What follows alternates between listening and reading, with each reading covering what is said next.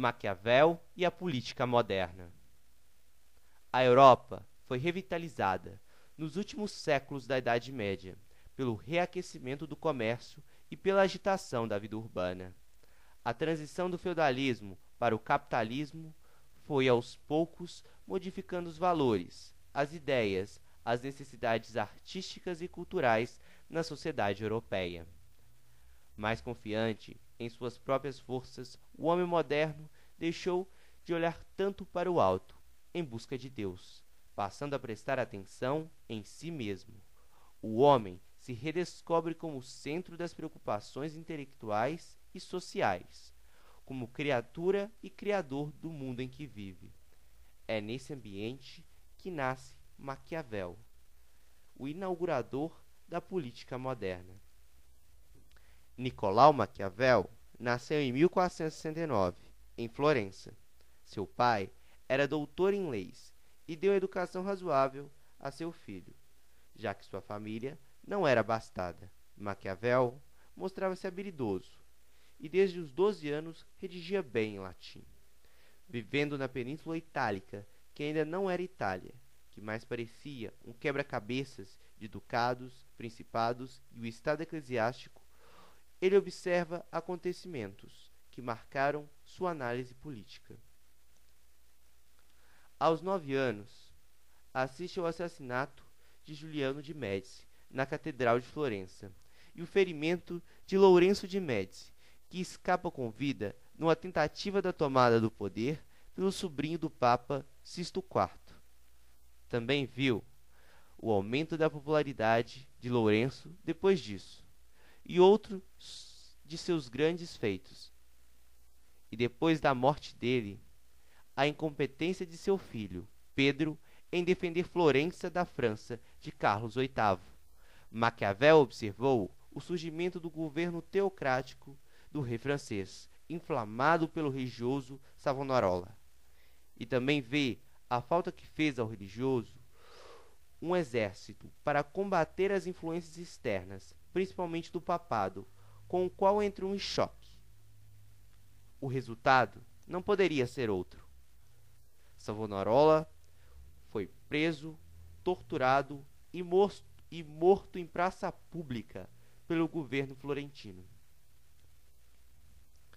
Com a derrota de Savonarola, os seus adeptos são demitidos e Maquiavel é empregado na segunda chancelaria de Florença. Isso dá autoridade sobre as guerras e questões internas. Em 1498, aos 29 anos. Sua primeira missão foi acalmar Pisa, que havia se rebelado, e desta missão decorre sua primeira obra escrita. Como chanceler em Veneza, conhece César Borgia, figura temida e de grande determinação e astúcia, que chama a atenção de Maquiavel pelo seu crescente êxito. Com a morte do Papa Alexandre IV, em 1512, assume seu lugar o Papa Júlio II, que estava há 10 anos no exílio.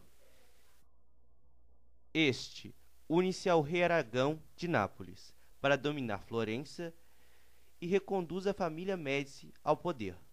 Cai, portanto, o governo republicano, e Maquiavel é caçado e preso. Chega a ser torturado. Fica preso por 22 dias. Porém, com a ascensão do Papa Leão X, o Médici, há uma anistia geral. Ele isola-se então em sua propriedade rural e vive em ostracismo político. É nesse período que escreve O Príncipe, fruto de sua intensa observação e vivência no mundo político. Sua vida é rotineira e simples, como ele descreve em uma carta enviada ao amigo Francisco Vetor, a quem confia vários pedidos de intercessão junto aos Médici para voltar à República. A obra é então dedicada aos Médici na esperança de ser reconduzido ao emprego público, porém os tiranos o veem como um republicano. Somente em 1520 é lembrado e convidado a escrever sobre a história de Florença. Após isto, os Médici caem novamente, e em 1527 a República é restaurada. É então identificado como alguém que tinha ligações com os tiranos e definitivamente esquecido. Ele adoece e morre neste mesmo ano com problemas intestinais. Além do Príncipe, diversas outras obras foram escritas em seu ostracismo político, como o Poema de Assindouro, a Mandrágora, discursos sobre a primeira década de Tito Livio, a Arte da Guerra, novela de Belfagor, além de inúmeros tratados históricos, políticos, poemas e sua correspondência particular.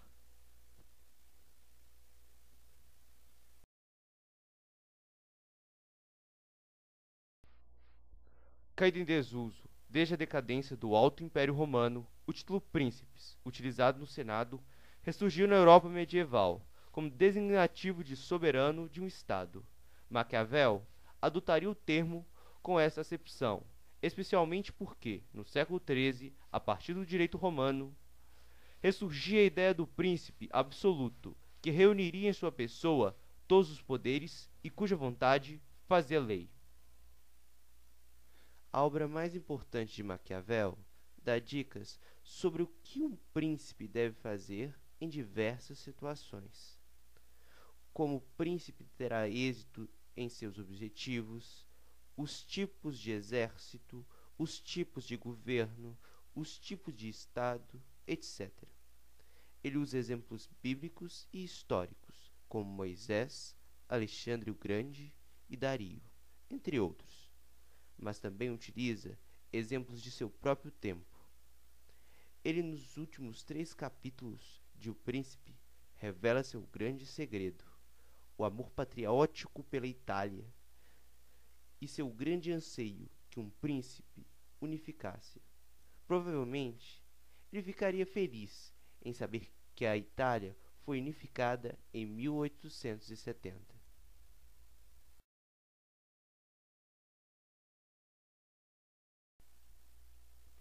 Hoje, Maquiavel é uma figura emblemática, com imagem deturpada, criada principalmente por uma de suas frases mais famosas, encontrada no livro O Príncipe. Os fins justificam os meios. E provavelmente, por conta desta frase, ele se tornou o protetor dos tiranos, como Hitler, Mussolini ou mesmo grande Napoleão. E também alguns líderes de hoje. Essa ideia é errônea, porque usa uma frase muito bem contextualizada que servia para a Itália do século XVI e não como regra geral. Maquiavel pode até ter influenciado muitos tiranos, mas, como Rousseau indica, ele também mostrou ao povo a prática da política, para que nós não sejamos enganados. Com certeza, o príncipe atormentou durante séculos a humanidade e continuará atormentando, quem sabe, eternamente. Devemos hoje entender claramente em que contexto a obra foi escrita, para depois analisar a sua validade. Atualmente, o Príncipe tem se mostrado como uma excelente leitura para pessoas de cargos de chefia em grandes empresas e entre outras tantas profissões. Isso demonstra a flexibilidade da obra, mas também mostra a cautela que devemos ter ao aplicar para toda a humanidade, ou um tempo ou um lugar diferente da Itália do século XVI.